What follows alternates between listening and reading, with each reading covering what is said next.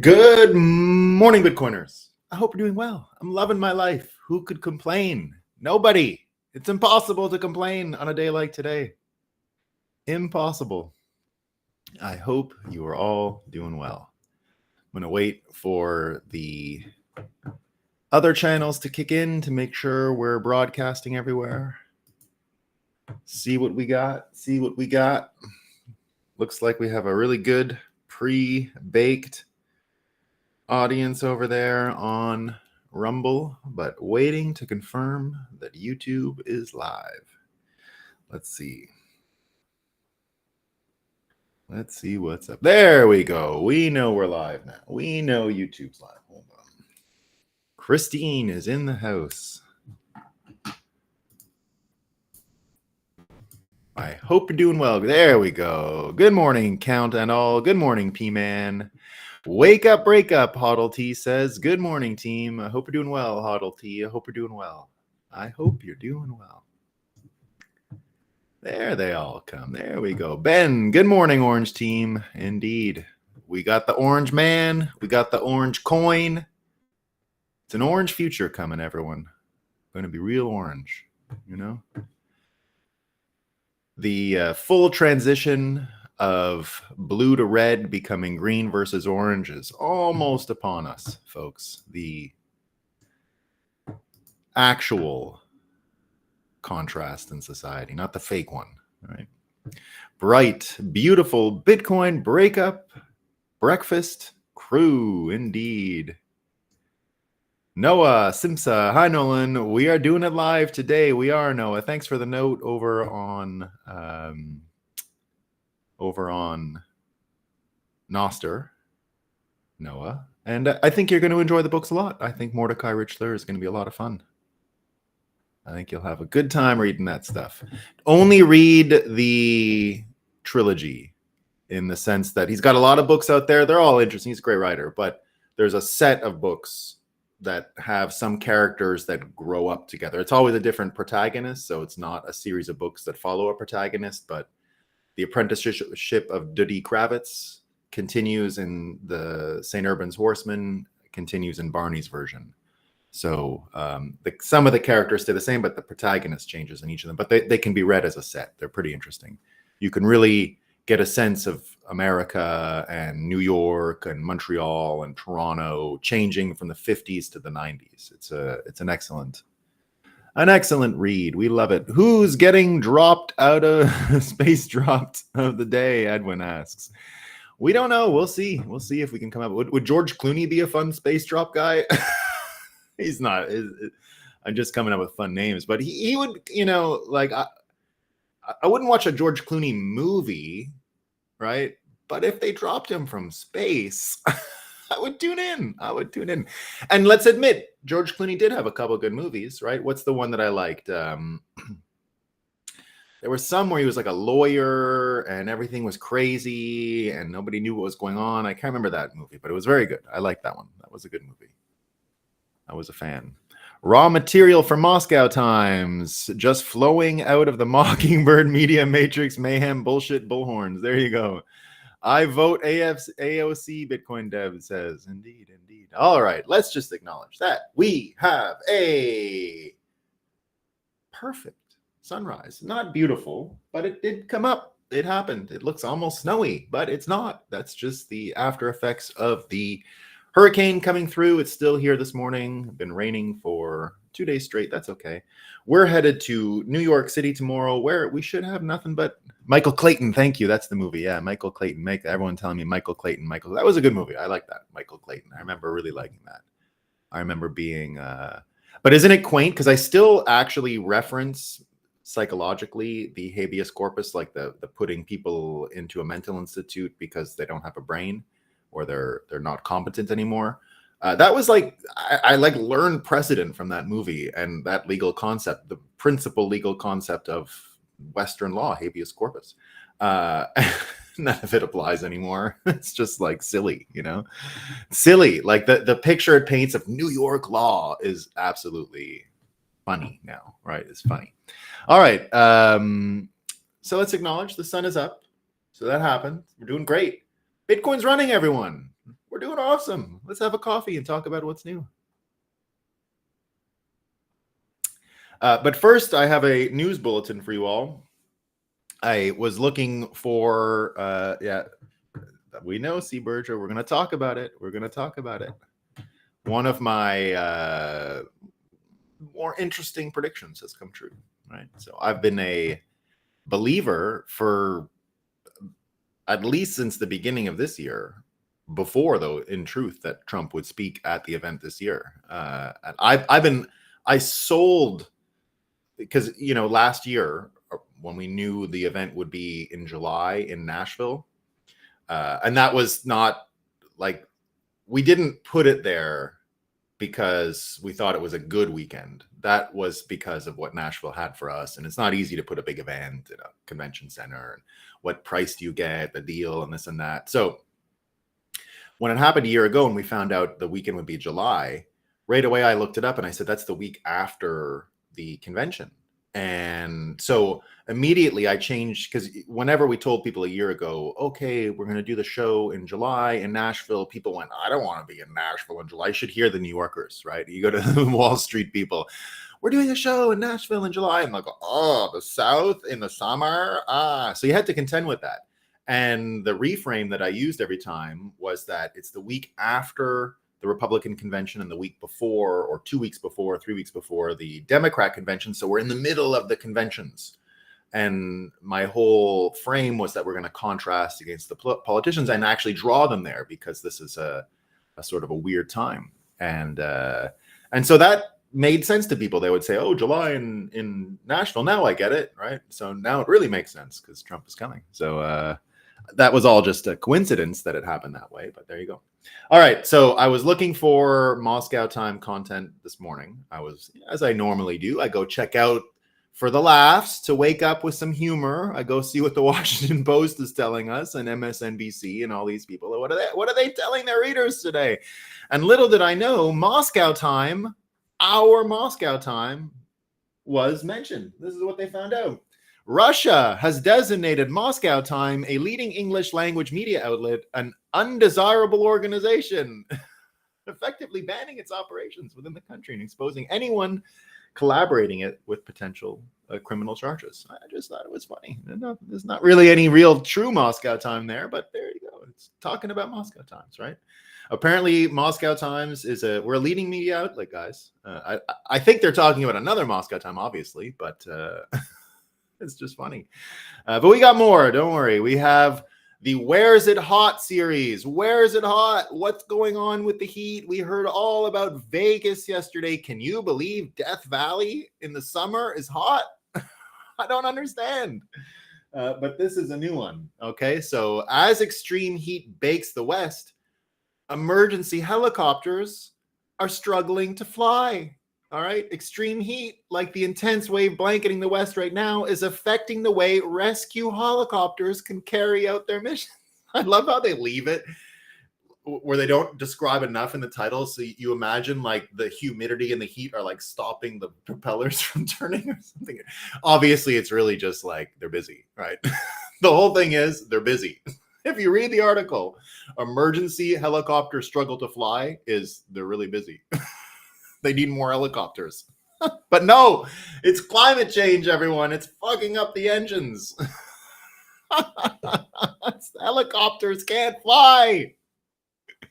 Now, this poses a really important problem, because all those monkeys that I remember falling out of the trees because of the heat in Mexico, it was like, maybe we can send helicopters in, and maybe we could put a rope down and the monkeys could climb out of the trees where they're melting and they can go in the helicopter. No, your plan was dumb. If that was your plan, to go take helicopters to rescue the monkeys dying in Mexico from the heat, your plan was stupid, because the helicopters don't work either. Okay, so it's not going to work. So the extreme heat is baking, and the helicopters, everyone, can't fly. They can't fly anymore. It's over. It's done, right?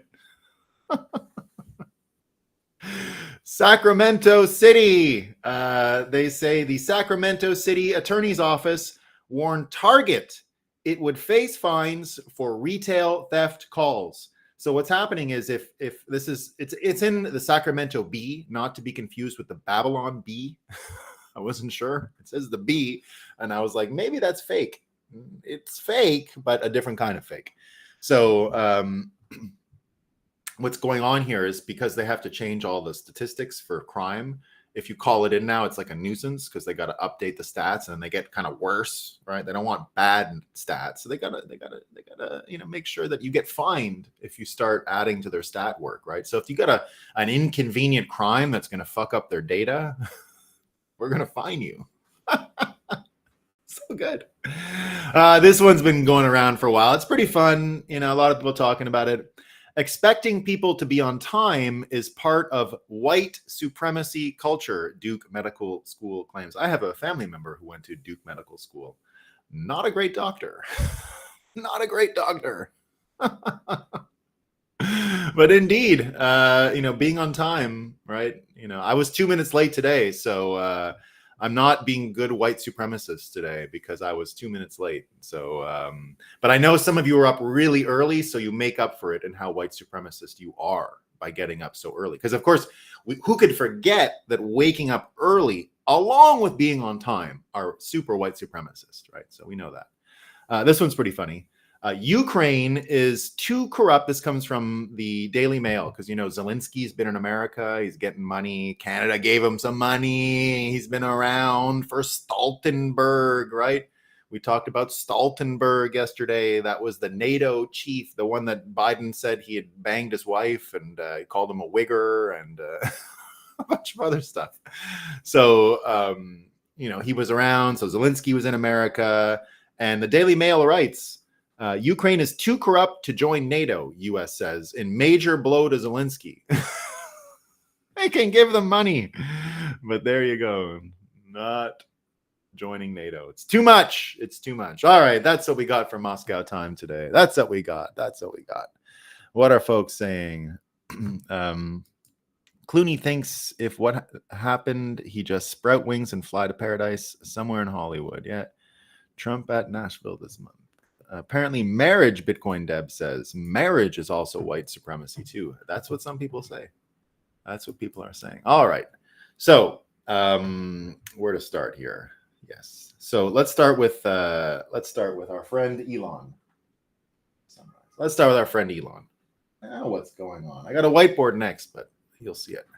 Let's start with our friend Elon. So oh no shit. I totally screwed up, guys. I had two stories. I had a lead up. I got to back up. I got to share this with you. I forgot my transition story. I forgot it. I don't know how I forgot it. I didn't put the thing in there.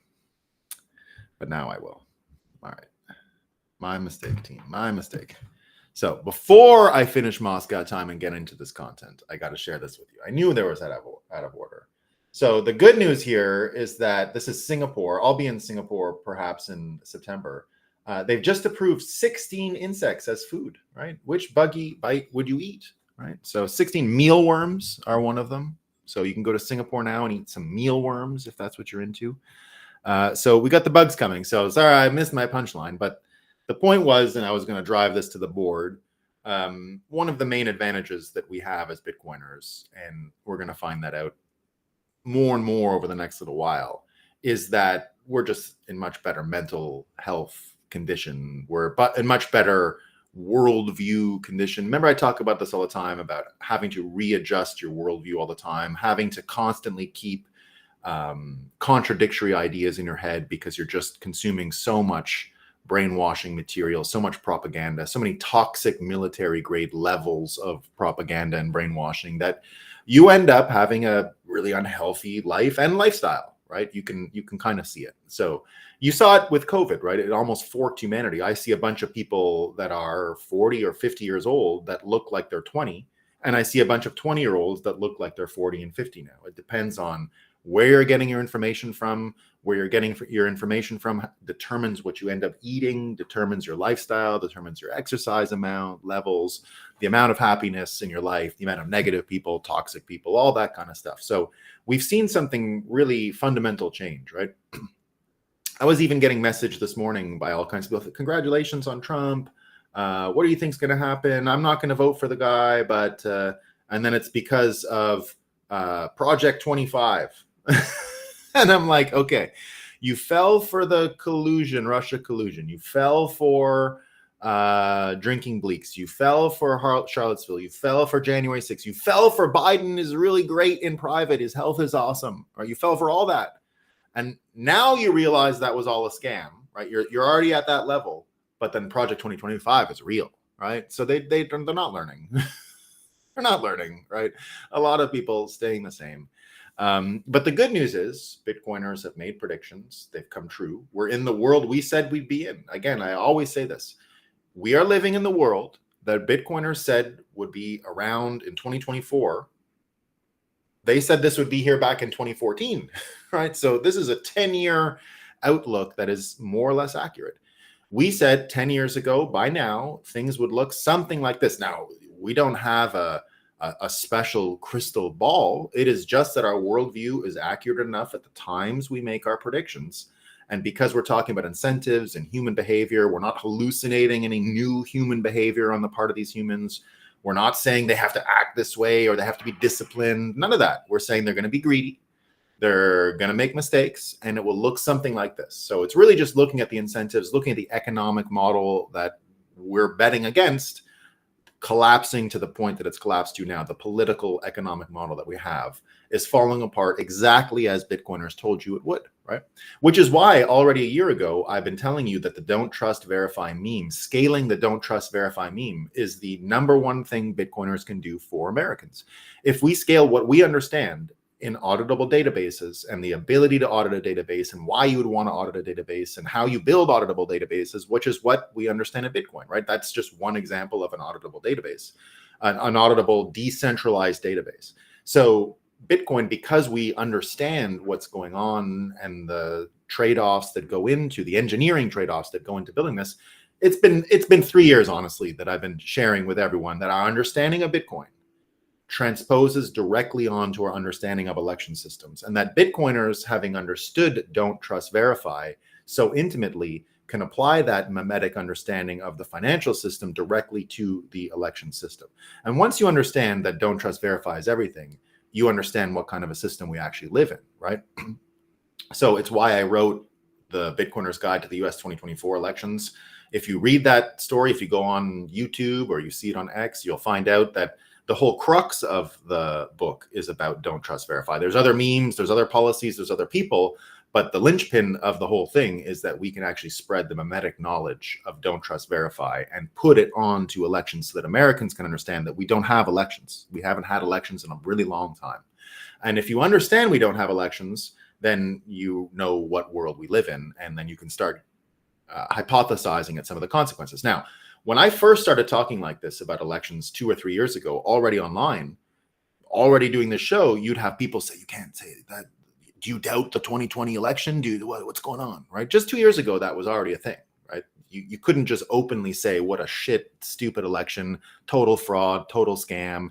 You'd have been kicked off of YouTube. I had to be very careful about the way I even spoke about it, right? The only strike I've ever got on YouTube, and I argued my way out of it, because I was talking about a legitimate situation in Wisconsin. That's the Facebook election scam. So when I said that happened, when I said the Facebook election thing happened in Wisconsin and the judges were there, all I did was actually report on the actual news saying, is this a threshold enough at which we can start saying the elections were a scam in 2020? And I was just asking the question, can we now, is this enough? Is what happened in Wisconsin with the $500 million, with, I think it was that, with Zuckerberg using the algorithmic stuff? It's not technically cheating, right? So, but he did get a fine for it or something like that happened. I'm out of date on what happened exactly in Wisconsin. But the strike I got was asking, is this the threshold at which we can start doubting the whole election, right? Is this enough to say? So they gave me a strike. I argued with them. They took it away. They said, yes, I understand what you're saying now. It's fine. But just to show you how sensitive things were a couple of years ago.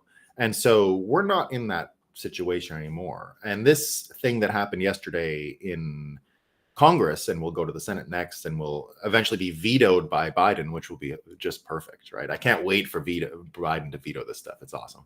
And of course, Elon Musk sharing the worldview on this subject that we've been talking about for years, right? There's a tiny chance that this will pass the Senate. This is the SAFE Act. So this is about voting in the US elections and requiring voter ID to vote.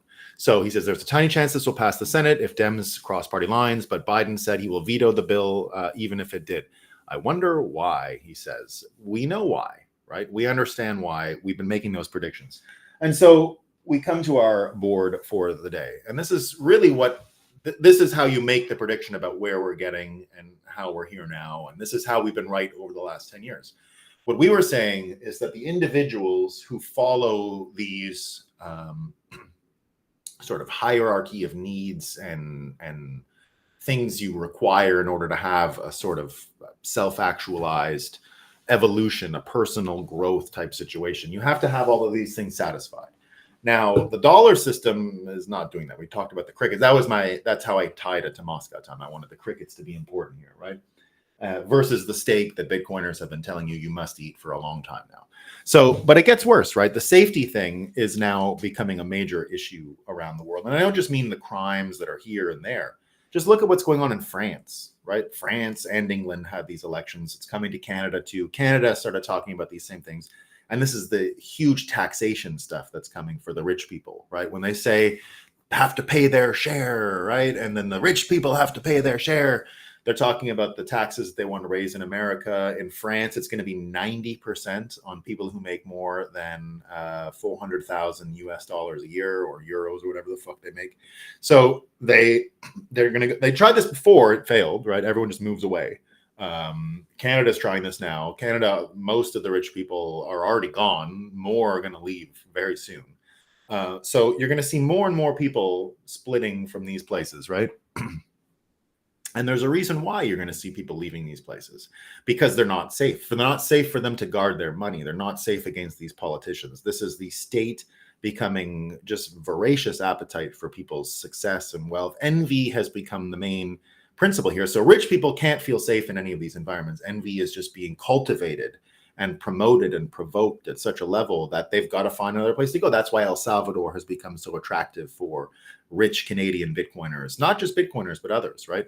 So it continues to move on. It continues to be a thing that's really important. But the dollar guys are not going to be able to offer safety to rich people, right? No way. So again, I don't believe Bitcoin, and I've never believed Bitcoin makes its huge push through the plebs of the world, transacting their remittance payments and a couple dollars saved in, taken off chain and cold storage. And if everyone does cold storage, if all, whatever million Bitcoiners in the world do cold storage, it's all good, but that's not the path we're on, guys. The path we're on is that we turn the minds of rich people and energy companies into a better financial system. And we use that leverage to change everything.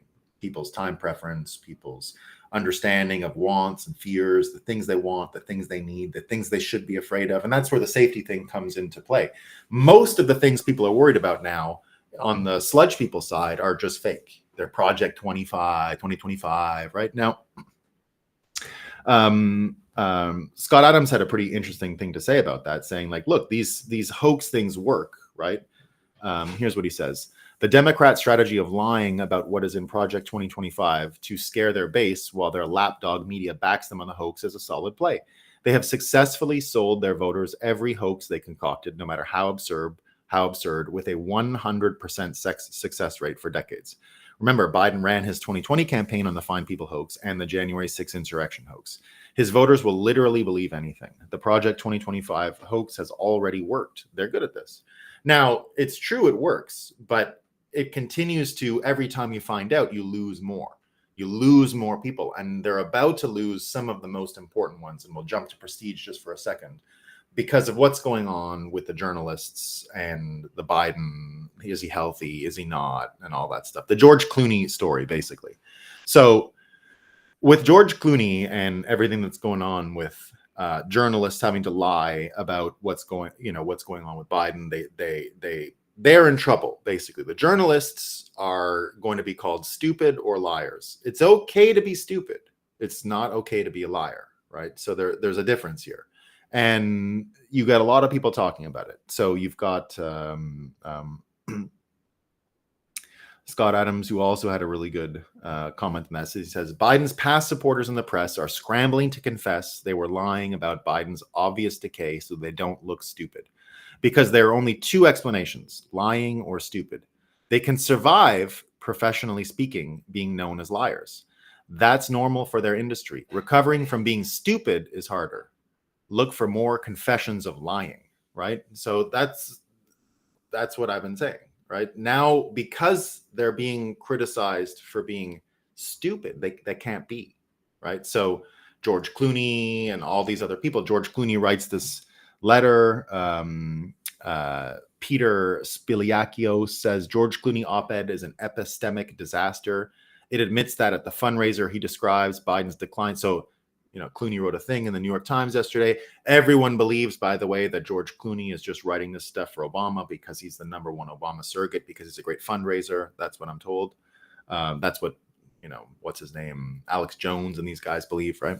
It admits that at the fundraiser he describes, Biden's decline was obvious. That's the same fundraiser with Clinton and Obama where the New York Times gaslit us by writing that the footage of Obama dragging a vacant Biden was a cheap fake. So when you start seeing these things, when you start seeing the prestige come off of people like George Clooney, people like these journalists, again, once the journalists like Jake, why is Jake Tapper going so hard at Biden right now? Again, lying and stupid are not the same thing in that world.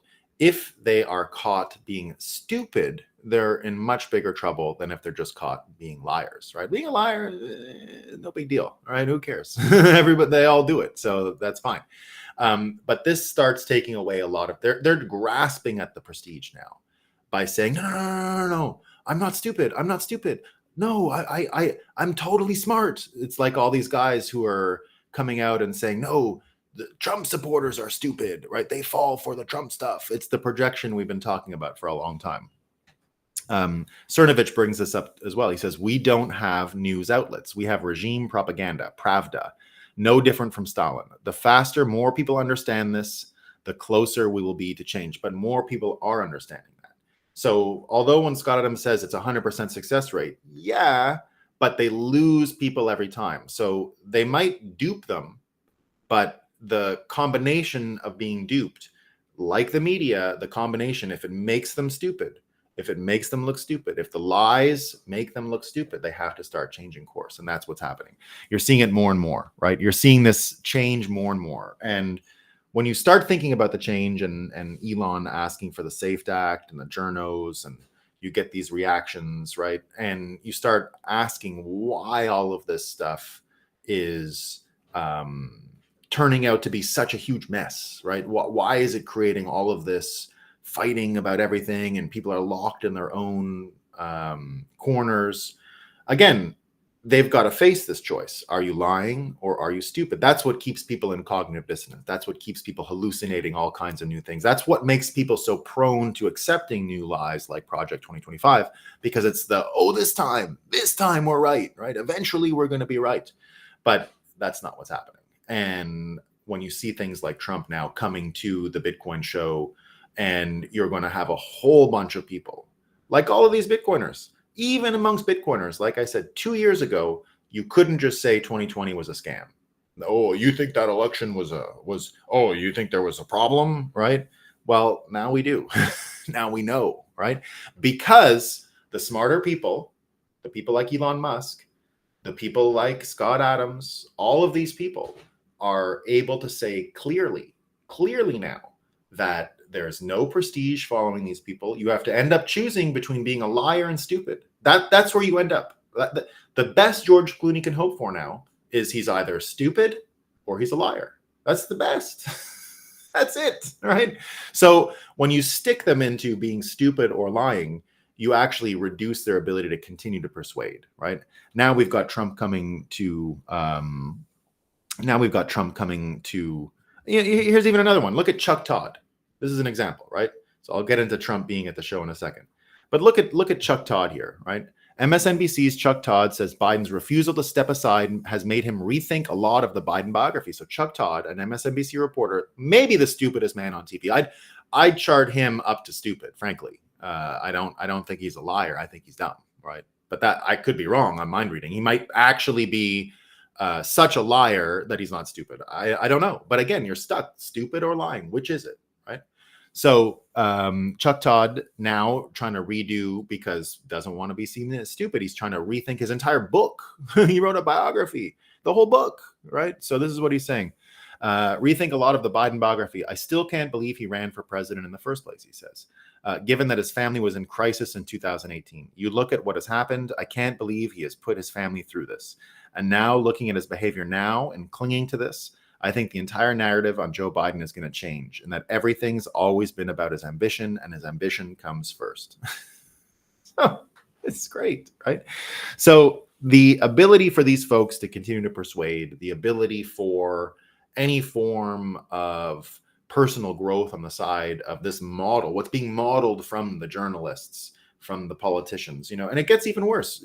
Think about this fake love story yesterday, this fake love story, the Huma Abedin and Soros, right? So Soros is a gay, right? I think there's anything wrong with that. He's allowed to be a gay. I don't have any problem with him being gay. But he's got this fake relationship now with Hillary Clinton's main supporter. So what's going on there? I think this is Hillary's play for the money. I think it looks like Alex Soros is a low IQ. He's stupid, right? I think we can agree he's an idiot, right? I don't think this is a lying situation. I think he's a fucking dumbass.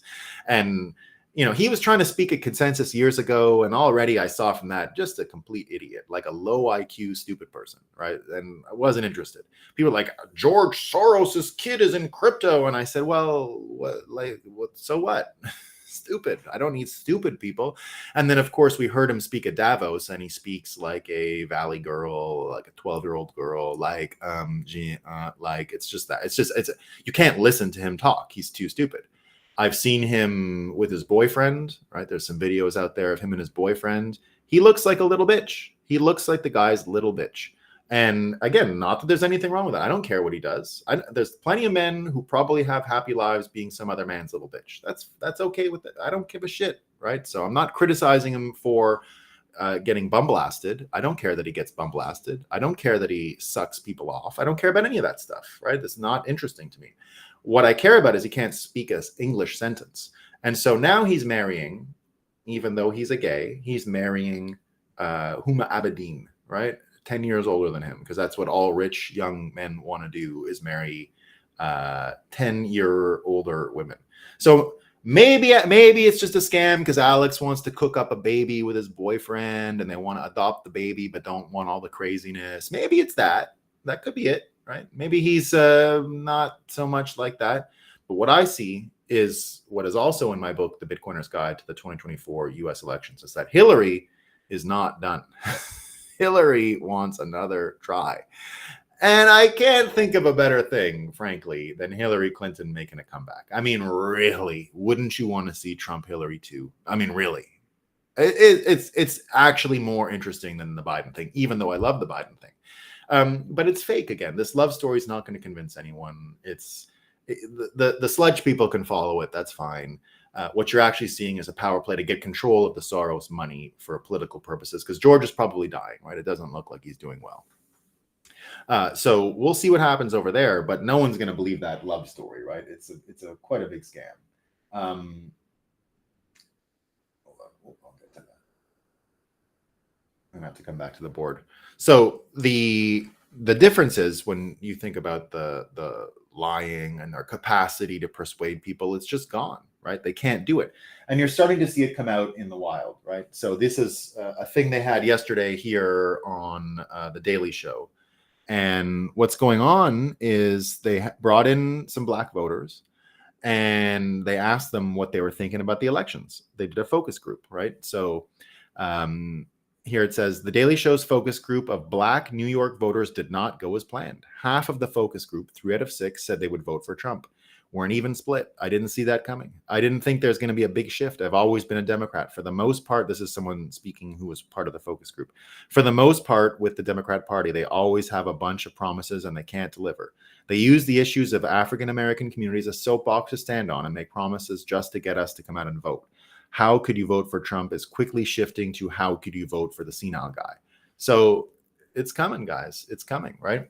And now the opposite is this George Clooney plan, which is like a blitz primary, they're calling it, right? So you get a focus group of people saying what they're thinking. At the same time, you have these guys saying, we're going to put on a show.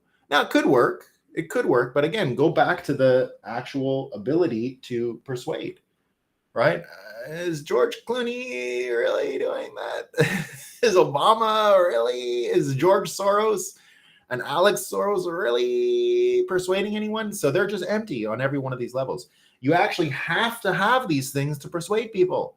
Why do you think everyone listens to Elon Musk? It's helpful that he's the richest person in the world, right? But what you're seeing is someone who has a certain amount of self-actualization, a certain amount of achievement. And so people want to model that, right? That is more persuasive. And Trump is ideal in this way, right? Trump is the greatest there has ever been in this. He's a stable genius and a completely self-actualized person, right? We can't deny that, right? He's a pretty interesting person when it comes to that stuff. So that's where it's headed, guys. Now I saw, Marty Bent is saying, don't get too pumped about Trump speaking at this year's event. Some people saying Trump is not going to be the greatest, right? And so Marty goes on to talk all about the CFTC, and they're going to be the sole regulator of Bitcoin and blah, blah, blah, blah, blah. Now, listen, the CFTC didn't even exist before the 2008 crisis, by the way. No one cared about it, right? Nobody gave a shit. It was a low-level, not interesting bureaucracy. They were given some powers because of what happened, right? The futures oversight. Now, what he's saying here is that they're going to get spot market regulatory supervisory control, right? So he's saying, oh no, they're going to supervise the market and make a bunch of rules. That's not what the CFTC does, right? The CFTC actually looks for cases of fraud and then goes after those. But there has to be a crime. Now, can they make rules that turn normal, innocent things into crimes? Not exactly. They're not really that well fanged. Now, the worry here is that CFTC gets new powers to do stuff like this.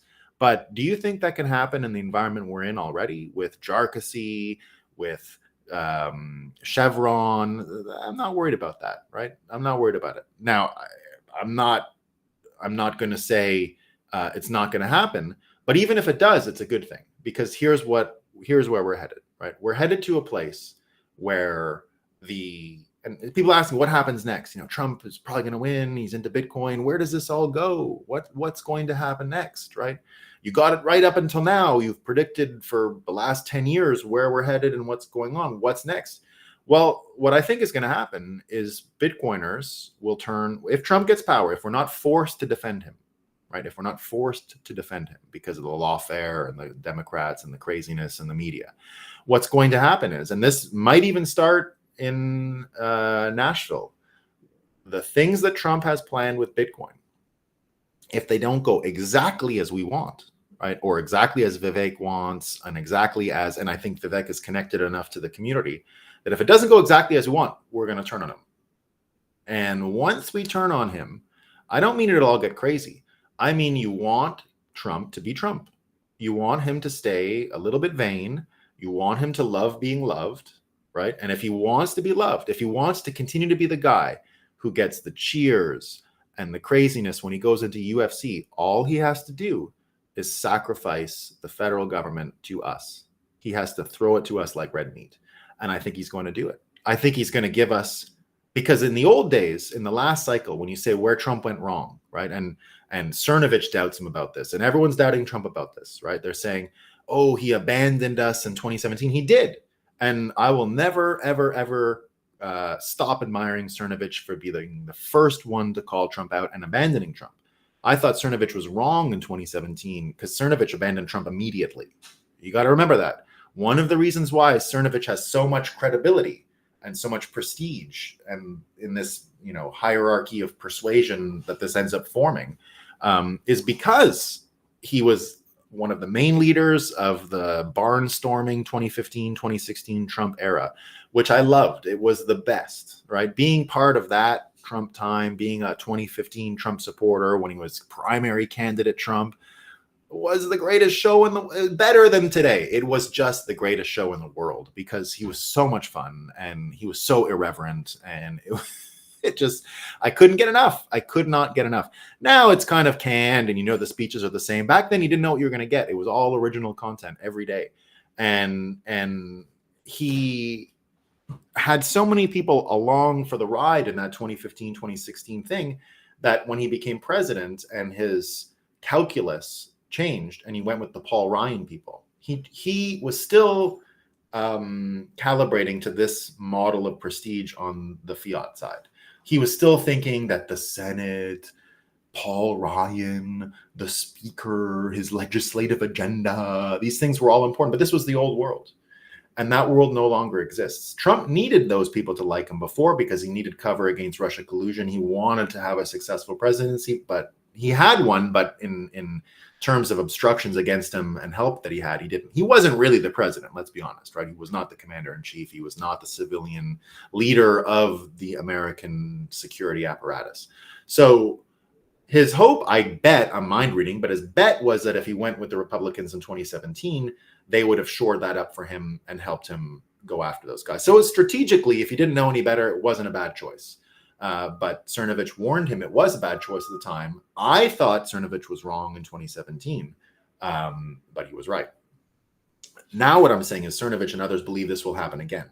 I'm saying and disagreeing with them again, right? So I was wrong last time. I don't think I'm wrong this time. I think this time what you're going to see is Trump, because of the prestige, is going to be more interested in supporting Bitcoiners and what they want to be happy than anyone else, right? So you're going to see Trump start signaling that this summer. And I think it never ends. I think that we see in a couple of weeks when he comes and speaks at the event, he's going to speak directly to Bitcoiners. We're going to hear him. We're going to understand him. But then Trump unleashes his actual magic trick, which is scaling the don't trust, verify meme. Understand that if Trump really groks that simple meme and applies what Bitcoiners understand in the way that I've been saying we should do and puts it onto elections, we will have hyper-Bitcoinization in this cycle, which is what I've been saying for a long time. I prayed for a 2020 election scam because it was the quickest way out.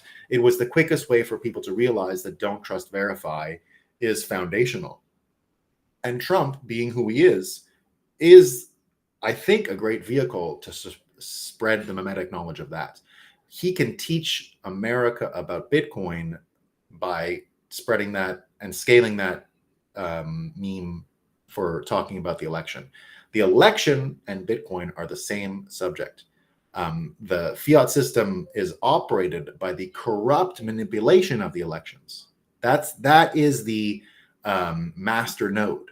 And so if you can tweak that master node, you actually break the whole system. The protocol of fiat falls apart when you break that. The protocol of fiat now relies on all of this lining up on the dollar side so that we believe in the elections, that we have this system that self-actualized smart people believe in the elections, but that's not what's happening. George Clooney believes in the elections, okay? And he's a fucking idiot, okay? So we're done here. It's not going to stop. Trump coming to the event means he's starting to value and recognize that you're dealing with very special individuals. I thought this at the, my time leaving CoinDesk, and I guess I don't want the story to come off as I told you so or anything like that. But here's what happened. I worked for Barry Silbert for years, right? So did a few other really smart people like Ryan Selkis and, Pete Rizzo. And we all kind of worked for this guy for years. Loved him, right? Melton Demers. I love Barry. I don't have a problem with Barry. I know some people on the internet do. Barry helped us when we were at a low point in the industry. I'll never forget it. I've gone camping with the guy. I'm a fan, right? I was hanging out with him in Texas a couple weeks ago. But here's a mistake he made. And I think it's a mistake that a lot of people made in the previous cycle. And I don't think, and it's the same mistake Trump made, which is Barry would always tell us in the early days, oh, the industry is going to scale up. We're going to get all these new Wall Street people. It's going to be great. All these new people are going to come and develop. We're going to get the best developers. All the best are going to come in. We're going to get the best Silicon Valley people. So we were sitting there saying, okay, that's fine. We get it. But as things scaled up in 2020, we all became a little bit less valuable to him, or maybe he didn't value us the way we thought we should have been valued, right? So I was bought out of my ownership of the company, given a golden handcuffs. You could do whatever you want, travel, all of that would have run out because of what happened to DCG in the end. So I'm glad I didn't take that deal. But it was not unfriendly, right? It was more or less, we're injecting a bunch of capital into the company. We're not going to try and make money, so your ownership of it won't be worth anything. And you made all this money. Here's a buyout, right? So great. And you don't own it anymore, but here's a job for life, basically, right? You just go have fun and go travel. They literally said, just go make a travel itinerary for the year and we'll accept it. And I went to a lot of places that year. So with kids and everything, right? So, but here's what we realized when Barry got into all this trouble. And and I don't believe any of the trouble, by the way. It's all Letitia James bullshit, right? It's the New York AG. It's all a fucking scam. So it's the same enemies of Trump, right? So he has the same fucking problems as Trump now. So, just sitting with the other people who went through this, like Selkis and these other folks, and sitting there saying, in the end, just like I said about those people, like the engineers and the developers, and he said, we're going to get better, right? When you saw how he got into trouble, and you saw what people like me would have advised him back in 2020 about SBF, like, look, I was the first person who told the world, many people, that SBF was a fucking scammer. I knew instantly, right? I followed everything in 2020, the prediction market, the donations to Biden. I'm the first person, I'm in the top 10 people in the world who knew he was a fucking scammer, right? And was telling CoinDesk how to get him for years after, right? So, when we were talking about all this stuff, we said, in the end, because the people around Barry just didn't get it. He got all the old fake fiat prestige people, politically connected, and he was going to be fine, and blah, blah, blah. Larry Summers and all these folks, right? So we said, in the end, he got into trouble. And one of the things that would have mitigated it, had he kept these people around him that were complete Bitcoin people, self-actualized Bitcoin people who understood preternaturally what was happening in the industry at a vibes level, right? The vibes guys. So all the vibes guys, he just said no. And not out of meanness. None of this is vindictive. Like, I don't want to paint this kind of picture. It's just a terrible mistake. And it's the same mistake Trump made in 2017, right? He went with the legacy people thinking they would help him. I think he's learned his lesson. I know Barry's learned his lesson, right? I think he now understands that he was surrounded by a unique group of people at the beginning of the industry, and they were never getting upgraded. You were not getting an upgrade on me and Rizzo and Selkis and Meltem. There was no upgrade coming, right? It was us. The reason why it was so successful in the first place is because he had really good people early. He had the passionate people who had already reached a certain amount of self-actualization, thought of different things that were prestigious, and had this capacity, right? So Roy Kokup says, anyway, I'll read that in a second. So so there you go. The capacity for, I was going to talk a little bit about the AI stuff, that I was going to tie this into the AI stuff that Andreessen is doing, just because it's another prediction about where the prestige is headed, but I think I've gone off on a too much of a tangent. I'll bring this up again another day. But this is the prediction that I made about Bitcoin being motivated. Sorry, AI being motivated by Bitcoin, and it's sort of happening in front of our eyes right now. And so this is one of the biggest things that's going to happen as far as where you put your prestige, along the same lines that I was describing with Trump and Barry and 2017 people and Paul Ryan people and all this. So, this here is, so he gave, Mark Andreessen just sent $50K to an AI agent so it can pay humans to help it spread in the wild, right? And what's the agent planning? He has a token launch. He's going to use the money to set up a Discord server, pay humans to help me out, and so on. I've also been doing some thought experiments around how I can use my knowledge of the GOAT-C singularity to make money. So it's just an interesting thing. But again, the point is you can get the prestige of spreading the word and using Bitcoin and seeing Bitcoin as money and all of these things that come of a human using an AI to cognitively scale themselves to protect themselves against fake news. This is the world we're headed in, and it'll be very different, but we love it. So MG says, let me get these. Royco Cup says, Maslow stated the Maslow pyramid is bullshit, though. Yeah, I know. It was a fun, whiteboard, I guess. MG says, I called the Chevron case months ago. I've been waiting on this decision to come down. Super bullish for U.S. economy. It sure is. It sure is, MG. And Bitcoin Dev says, damn, I hope you're right, Nolan. Your prediction score is always on point, so I'm pretty confident. It's going to happen, guys. It's going to happen. When your choice is between food and poison, there is no choice. Bitcoin is the Trojan horse being dragged into the market square of the central government and economic system. Yep, no choice. It's coming. Damn it, I'm a wage slave. I'll have to watch later, but I always feel like I'm getting smarter with every episode. Love this community. Take care. Be strong. Live free or die. Well, thank you, Crypto Truth, and I hope you enjoy the rest of it.